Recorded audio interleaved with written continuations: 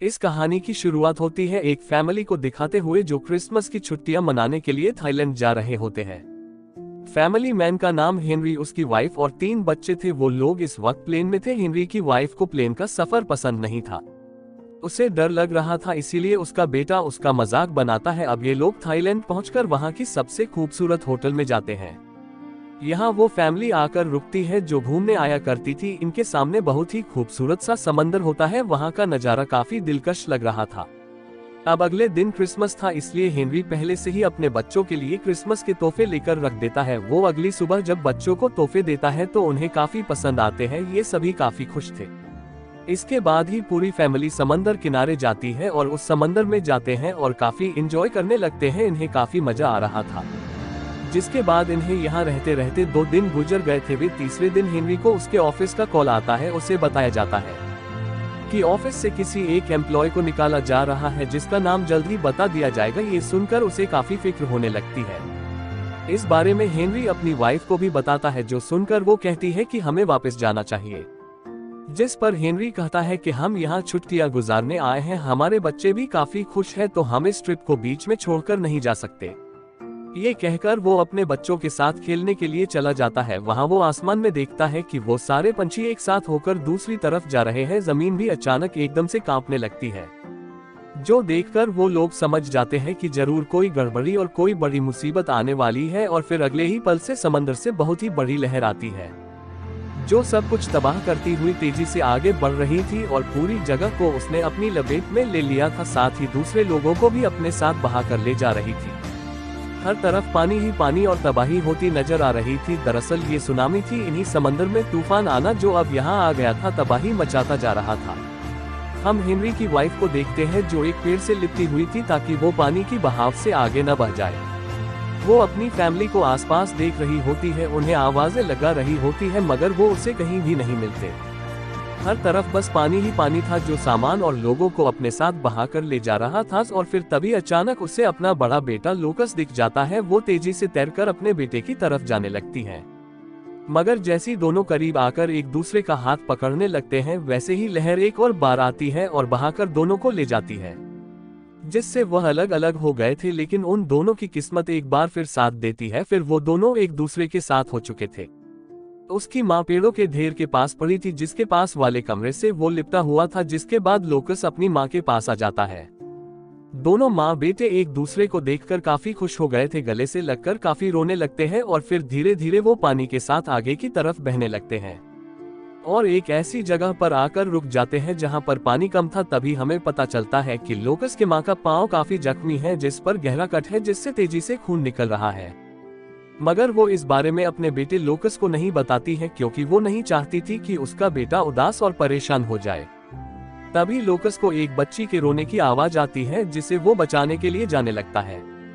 उसकी माँ उसका हाथ पकड़ लेती है और कहती है कि तुम मत जाओ, मैं पहले ही अपने हस्बैंड और 2 बच्चों को खो चुकी हूँ, तो मैं नहीं चाहती कि मैं अब तुम्हें भी खो दूँ। वो कहता है, माँ मुझे कुछ नहीं होगा, मैं उससे बचाकर ले आऊंगा। वो कितना छोटा सा बच्चा है, मुझे तरस आ रहा है उस पर। वैसे भी हमें हर जरूरतमंद इंसान की मदद करनी चाहिए। जिसके बाद वो उस बच्ची को बचा लेता है जो झाड़ी के नीचे पड़ा रो रहा था और उसे अपनी पीठ पर बैठाकर वहां से जाने लगता है।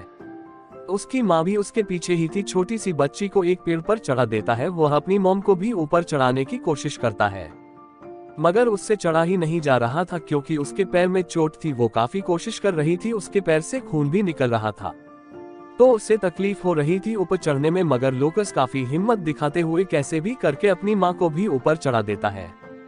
और अब ये तीनों पेड़ पर बैठकर रेस्क्यू टीम के आने का इंतजार करने लगते हैं, जो इन लोगों को आकर बचा लेंगे। अब आसपास का नजारा देखते हैं जो बहुत ही भयानक लग रहा था, क्योंकि हर तरफ तबाही हो गई होती है। कुछ वक्त के बाद इधर पास के गाँव वाले आ जाते हैं। वो इन लोगों को देख चुके थे, इसीलिए इन्हें अपने साथ ले जाने लगते हैं। लोकस की माँ काफी जख्मी थी, तो ये लोग उन्हें उठाकर अपनी गाड़ी में डालकर यहाँ से ले जाते हैं। जब ये लोग हॉस्पिटल पहुँचते हैं तो दिखाया जाता है कि यहाँ और भी बहुत सारे लोग जो सब के सब जख्मी, यहाँ पर पैर रखने की भी जगह नहीं है, क्योंकि पूरा हॉस्पिटल भर हुआ था। टीवी पर भी खबर चल रही थी, समंदर में सुनामी आई है। सुनामी ने हर तरफ तबाही मचा दी है और न जाने कितने लोगों को अपना शिकार बना लिया है। लोकस की माँ को काफी दर्द हो रहा होता है, इसीलिए वो लोवस से कहती है, बेटा मुझे दर्द की दवाई ढूंढ कर दो, मैं बहुत तकलीफ में हूँ। वो वहाँ स्टोर में दर्द की दवाई ढूंढता तो है मगर वहाँ उसे नहीं मिलती और फिर तभी एक डॉक्टर आता है जो सबसे पहले उसे दर्द का इंजेक्शन लगाता है और फिर उसका पैर साफ करके मरहम पट्टी कर देता है, जिसके बाद उसे बाकी मरीजों के साथ रख दिया जाता है। मगर अभी भी उसकी तबीयत पूरी तरह ठीक नहीं होती। तभी अचानक से उसे उल्टी हो जाती है, क्योंकि जब पानी उसे बहाकर ले गया था तब उसके पेट में पानी के साथ साथ गंदगी भी चली गई थी, इसलिए उसे उल्टी हो गई। तभी एक आदमी आता है जो काफी घबराया और परेशान था क्योंकि वह अपनी फैमिली को ढूंढ रहा था। तब लोकस की माँ उसे कहती है, जाओ बेटा, तुम्हें उनकी मदद करनी चाहिए। जब लोकस उसके पास जाता है तो वो उसे अपनी फैमिली की तस्वीर दिखाकर उनके बारे में पूछता है। यहाँ उसे एहसास होता है कि मेरे साथ साथ यह पर सबसे उनकी फैमिली बिछड़ गई। तब वो फैसला करता है, यहाँ पर जितने भी लोग हैं मैं उनकी मदद करूंगा उनकी फैमिली को ढूंढने में और उन्हें दोबारा मिलवाने में। इसीलिए यहाँ पर जितने भी मरीज थे वह उन सब का नाम, पता और किस शहर से आए ये सब कागज पर लिख लेता है। यहाँ पर लोकस को एक जख्मी बच्चा भी मिलता है जो बिल्कुल अकेला था, वो भी अपनी फैमिली को ढूंढ रहा था और यह बच्चा उसी आदमी का था जिसने सबसे पहले लोकस से मदद मांगी थी। उसे अपनी फैमिली की तस्वीर दिखाकर वो उस बच्चे को उसके डैड से मिलवा देता है। वो दोनों बाप बेटे एक दूसरे से मिलकर काफी खुश हो गए और गले लगकर रोने लगे। उन बाप बेटे को ऐसे मिलता देखकर अब उसे भी अपने डैड की याद आने लगती है, जिसके बाद वह उस जगह पर जाता है जहां उसकी मां को रखा गया था। मगर यहां आकर देखता है उसकी मां उस जगह पर नहीं है, बल्कि उनकी जगह पर अब एक दूसरी मरीज लेटी हुई है। इस बात से वो बेचारा काफी परेशान हो जाता है, इसीलिए रोने लगता है क्योंकि अब सिर्फ वो अकेला रह गया था, उसके साथ सिर्फ उसकी माँ थी जो अब यहाँ नहीं थी। उसे रोता हुआ देख एक नर्स उसके पास आती है। जब लोकस उसे बताता है कि मेरी माँ पहले इस बेड पर थी, वो अब यहाँ पर नहीं है, जिसके बाद नर्स उसे एक दूसरे में लेकर जाती है जहाँ और भी बहुत सारे बच्चे होते हैं और ये सब वही बच्चे थे जिनके माँ बाप मिल नहीं रहे थे। नर्स लोकस से पूछती है, क्या तुम अपने किसी रिश्तेदार का नाम और नंबर जानते हो जिनसे यह बात करके उन्हें यहाँ बुला सके और वो तुम्हें यहाँ से ले जाए। ये सुनकर लोकस मासूमियत से जवाब देता है कि हाँ, मैं अपने दादाजी का नाम तो जानता हूँ मगर मैं उनका नंबर भूल गया हूँ। ये सुनकर नर्स उसकी शर्ट पर एक स्टिकर लगाकर चली जाती है जिस पर एक नंबर था। यहाँ बाकी बच्चों के कपड़ों पर भी स्टिकर लगाए गए थे जिन पर अलग अलग नंबर लिखे हुए थे। लोकस यहाँ पर काफी परेशान नजर आ रहा था, इसलिए रोने लगता है क्योंकि उसे लग रहा था कि मेरी मॉम जरूर मर गई है, तभी वो मुझे यहाँ पर मिल नहीं रही, शायद उन्हें दफना दिया होगा। अब हम उस होटल का सीन देखते हैं जहां लोकस के डैड हेनरी अपनी फैमिली के साथ रुके हुए थे। यहाँ वो सब दिखाया जाता है जो सब कुछ तबाह बर्बाद करा पड़ा हुआ था। और लोकस के डैड को भी देखते हैं जो मरे नहीं थी बल्कि अभी जिंदा थे, वो बस काफी जख्मी हो गए थे। वो उठते हैं और आसपास अपनी फैमिली को भी ढूंढने लगते हैं। वो आवाज भी लगाते हैं मगर इधर उनकी फैमिली का कोई नहीं था, तो आगे से उन्हें कोई जवाब नहीं आता। इधर अब हेलीकॉप्टर्स भी आने लगते हैं जिनसे लोगों को बचा बचा कर ले जाया जा रहा था, मगर हेनरी यहाँ से जाना नहीं चाहता था क्योंकि वह कैसे भी करके अपनी फैमिली को ढूंढना चाहता था। वह उन्हें लिए बगैर यहाँ से जाना नहीं चाहता था। अपनी फैमिली को ढूंढते हुए वह होटल के उस कमरे में जाता है जहाँ वो रुका था। वो काफी जख्मी था तो किसी चीज से टकराकर वह नीचे गिर जाता है। नीचे ही लेटे लेटे वह दोबारा से अपनी फैमिली को आवाज लगाता है। तभी ऊपर टूटी हुई छत से उसके दोनों बच्चे उसे देखने लगते हैं जो अभी भी जिंदा थे और अब तीनों बाप बेटे तो आखिरकार मिल गए थे। बच्चे जल्दी से अपनी डैडी के पास आते हैं। हेनरी उनसे कहता है, मेरे बच्चों, तुम इस हेलीकॉप्टर के साथ चले जाओ, मैं तुम्हारी मॉम और तुम्हारे भाई लोकस को लेकर बाद में आ जाऊंगा। जिस पर छोटा बेटा बड़ी मासूमियत से कहता है, पापा नहीं, मुझे आपके साथ रहना है, मुझे नहीं जाना है, मुझे बहुत डर लग रहा है। मगर हेनरी उन्हें समझाता है और यहाँ से भेज देता है। जिसके बाद वो अपने बेटे लोकस पर अपनी वाइफ को ढूंढना शुरू कर देता है। ढूंढते हुए रात हो गई थी मगर अब तक उसकी वाइफ और बेटे का कोई अता पता नहीं था। वो बेचारा काफी जख्मी भी था और फिर तभी वो सड़क पर जाता है तो अचानक उसके सामने गाड़ी आ जाती है। और जब वो लोग ये देखते हैं कि हेनरी काफी जख्मी है, उसका खून बह रहा है, वो फौरन उसे एक कैंप में ले जाते हैं जहां जख्मी लोगों का इलाज किया जा रहा था। यहाँ उसे एक आदमी मिलता है जो मायूस होकर वहाँ बैठा हुआ था क्योंकि उसकी फैमिली भी खो चुकी थी। वो बताता है कि मेरे पूरी फैमिली उस समंदर पर गई थी जबकि मैं होटल में था और जब सुनामी आई तो उसके बाद वो मुझे नहीं मिली। तब यहाँ हेनरी भी बताता है कि मेरी वाइफ पर बेटा भी लापता है, मैं भी उन्हें ढूंढ रहा हूँ मगर मैं ये नहीं जानता कि वो जिंदा भी है या नहीं। यहाँ पर दरअसल सारे लोग वही थे जिनकी फैमिली उनसे अलग हो गई थी और सुनामी भी काफी खतरनाक थी, तो किसी को भी पता नहीं था कि उनकी फैमिली के लोग जिंदा भी है या नहीं। बेचारे वहाँ मुंह लटकाए उदास बैठे अपनी अपनी फैमिली को याद कर रहे थे। उनके चेहरे से दर्द साफ नजर आ रहा था। हेनरी के सामने वाला लड़का कहता है, मेरे पास तो फोन भी है, मैंने इसकी बैटरी बचा के रखी हुई ताकि अगर मेरी फैमिली जिंदा हो और मुझे कॉल करने की कोशिश करे तो मैं उन तक पहुंच जाऊं। तब हेनरी उसे फोन लेता है और अपने डैड को कॉल करके बताता है कि सुनामी में मेरी वाइफ और लोकस कहीं खो गए हैं, मैं उन्हें ढूंढ रहा हूँ। वो मिल नहीं रही, 2 बच्चे तो मिल गए हैं जो टीम के साथ हैं, मगर मैं हिम्मत नहीं हारूंगा, उन्हें ढूंढ कर ही रहूंगा और घर वापस जरूर लाऊंगा। ये बातें करते करते वो जज्बाती हो जाता है, इसीलिए फूट फूट कर रोने लगता। वह उसके साथ वाला लड़का उसे संभालता है। अब कुछ देर आराम करने के बाद हेनरी उस आदमी के साथ निकल जाता है जिसने उसे मोबाइल दिया था ताकि वो उसकी फैमिली और अपनी वाइफ और बेटे को ढूंढ सके। अब हम लोकस को देखते हैं जिसके पास नजर आती है। वो उसे कुछ सामान दिखाती है ताकि वो पहचान सके कि कौन सी चीज उसकी फैमिली के किसी इंसान की है, मगर जब वो सामान को देखता है तो उसकी फैमिली में किसी का भी नहीं होता। अब इसके बाद उसे कमरे में ले जाया जाता है जहां और कोई नहीं बल्कि उसकी माँ भी थी, जो मरी नहीं थी बल्कि अभी जिंदा थी। लोकस अपनी माँ को देखते ही उसकी जान में जान आती है। वह फौरन अपनी माँ से लिपट जाता है, मगर उसकी माँ की हालत ठीक नहीं थी बल्कि पहले से भी काफी खराब थी। उसके मुंह पर ऑक्सीजन लगा हुआ था। लोकस अपनी माँ के पास बैठ जाता है और उनका हाथ पकड़कर कहता है कि आप हमसे वादा करें कि आप मुझे कभी अकेला छोड़कर नहीं जाएंगी।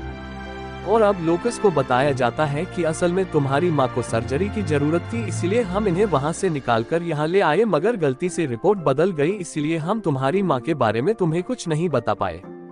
और अब तुम्हारी माँ को एक सर्जरी की जरूरत है, इसके बाद वो शायद बिल्कुल ठीक हो जाएंगी।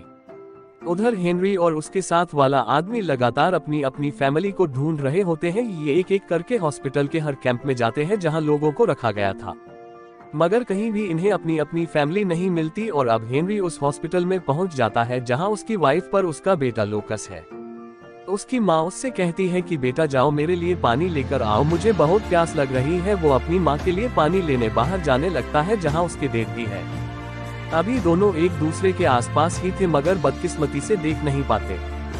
जिसके बाद हेनरी उस जगह पर भी आता है जहां उसकी वाइफ है, मगर क्योंकि वो पर्दे के पीछे थी इसलिए उसे देख नहीं पाता। उन्हें लगता है कि मेरी फैमिली इधर नहीं है, इसलिए हॉस्पिटल से बाहर निकलने लगते हैं। और फिर तभी लोकस जो ऊपर खड़ा पानी ले रहा था अपने डैड को पीछे से देखकर पहचान लेता है। उन्हें देखकर वो फौरन भागने लगता है उनके पास जाने के लिए, मगर तब तक उसके डैड भीड़ में कहीं खो जाते हैं। दरअसल यहाँ लोगों की बहुत ही ज्यादा भीड़ थी, जिसमें लोकस अपने डैड को हर जगह ढूंढने लगता है, मगर वो कहीं नहीं मिल रहे थे। तब तक उन बच्चों का ट्रक भी आ जाता है जिन्हें बचाकर ले जाया जा रहा था, जिसमें लोकस के दोनों भाई भी थे। वो दोनों बच्चे जल्दी से ट्रक से नीचे उतरते हैं। लोकस उनके पीछे से गुजर जाता है, मगर एक दूसरे को नहीं देख पाते। अब क्योंकि उनकी फैमिली उन्हें नहीं मिलती, इसलिए लोकस के दोनों भाई दोबारा से ट्रक में बैठ जाते हैं और हेनरी भी अपने ट्रक में बैठने लगता है। अब ये पूरी फैमिली एक दूसरे के करीब आसपास ही थी, मगर फिर भी एक दूसरे को देख नहीं पाते। इतना ढूंढने पर भी जब उसके डैड उसे नहीं मिलते तो तंग आकर लोकस जोर से अपनी डैड को आवाज लगाता है और ये आवाज उसके दोनों भाई सुन लेते हैं। वो अब लोकस को भी देख चुके थे, इसलिए फौरन ट्रक से उतरकर अपने भाई के पास आने लगते हैं। तीनों भाई एक दूसरे के गले मिलते हैं और बहुत खुश हो जाते हैं। और फिर तभी ये लोग देखते हैं कि सामने से इनके डैड भी आ रहे हैं, क्योंकि उन्होंने भी इन्हें देख लिया था। लोकस की आवाज वो सुन चुके थे, अब ये लोग मिल चुके थे तो काफी खुश हो जाते हैं। अब यहाँ वो आदमी जो हेनरी के साथ अपनी फैमिली को ढूंढ रहा था, वो ट्रक ड्राइवर से कहता है कि अब हमें चलना चाहिए, क्योंकि हेनरी को अब हम अपने साथ नहीं ले जा रहे, उसे उसकी फैमिली मिल चुकी है।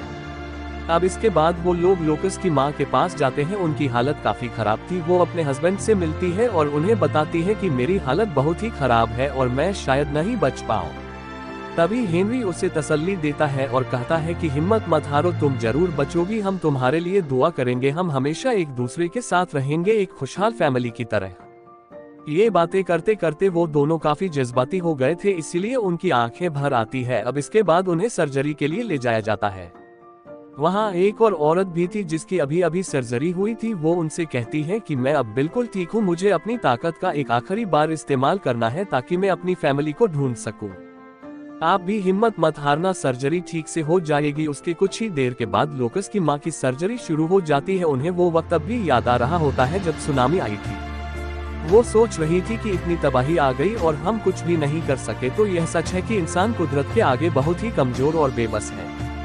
यहाँ एक तरफ इनकी सर्जरी हो रही थी तो बाहर उनकी फैमिली उनके लिए दुआ कर रही थी। फिर पूरी रात ऐसी बीत जाती है और फिर अगली सुबह हेनरी अपने बच्चों पास आकर बताता है कि तुम्हारी माँ की सर्जरी कामयाब रही, वो पूरी तरह से ठीक है, अब हम बहुत जल्द अपने घर पहुँच जाएंगे। अब अगली सुबह एक आदमी यहाँ आता है जो पूरी फैमिली को अपने साथ ले जाने आया था। वो लोग अब प्लेन में बैठ जाते हैं। तभी लोकस अपनी माँ के पास जाता है और कहता है, मेरी प्यारी माँ, मैं हमेशा आपके साथ रहूंगा जैसे आप मेरे साथ हैं, हम लोग कभी भी एक दूसरे से अलग नहीं होंगे। और हाँ, याद है आपको वो बच्चा जिसको हमने सबसे पहले बचाया था, उसे भी अब उसकी फैमिली मिल चुकी है। ये सुनकर उसकी माँ कहती है, मेरा बेटा बहुत अच्छा और बहादुर है, मुझे तुम पर गर्व है, पर मुझे यकीन नहीं आ रहा कि हम सब मिल गए हैं। ये कहकर वो लोकस को गले से लगा लेती है और जज्बाती होकर रोने लगती है। प्लेन से बाहर का बुरा हाल देखती है क्योंकि हर तरफ तबाही मची हुई थी, सब कुछ तहस नहस हो गया था। यहाँ हेनरी उस आदमी के लिए भी दुआ कर रहा होता है कि उसे उसकी फैमिली मिल जाए जिसने हेनरी की फैमिली को ढूंढने में उसकी मदद की थी और उसे अपना मोबाइल भी दिया था क्योंकि अभी तक उस बेचारे को उसकी फैमिली नहीं मिली थी, वह लापता थी। अब जैसे इस पूरी फैमिली की हिम्मत ने, इनकी अच्छाई ने, एक दूसरे के लिए प्यार ने इन्हें मिला दिया है, वैसा ही ये लोग चाह रहे थे कि सबको उनकी फैमिली मिल जाए क्योंकि हर कोई अपनी फैमिली से प्यार करता है और किसी भी कीमत पर उन्हें खोना नहीं चाहता है, जिससे हम समझ पाते कि फैमिली आपके लिए कितनी जरूरी होती है। उनके बगैर आपका कोई वजूद नहीं होता, फैमिली के बगैर आपकी कोई अहमियत नहीं होती। और साथ ही आपके अंदर अच्छाई और अपनापन भी होना चाहिए, दूसरों के लिए आपको हर वक्त खड़े रहना चाहिए। और ये सारी सीख इस कहानी से मिली है। ये एक सच्ची कहानी है जिसका हादसा 2004 में हुआ था। दरअसल ज़लज़ला और सुनामी आया था, इसमें तकरीबन 3 लाख लोग मारे गए थे। ये दुनिया की इतनी बड़ी तबाही थी कि इंसान इससे समझ गए थे कि इंसान चाहे कितना भी बड़ा और ताकतवर क्यों न बन जाए, कुदरत के सामने वो छोटा और कमजोर ही है। इसीलिए कुदरत के साथ छेड़छाड़ नहीं करनी चाहिए, इसके बारे में कभी सोचना भी नहीं चाहिए, मतलब अपने हिसाब से उसे बदलना नहीं चाहिए।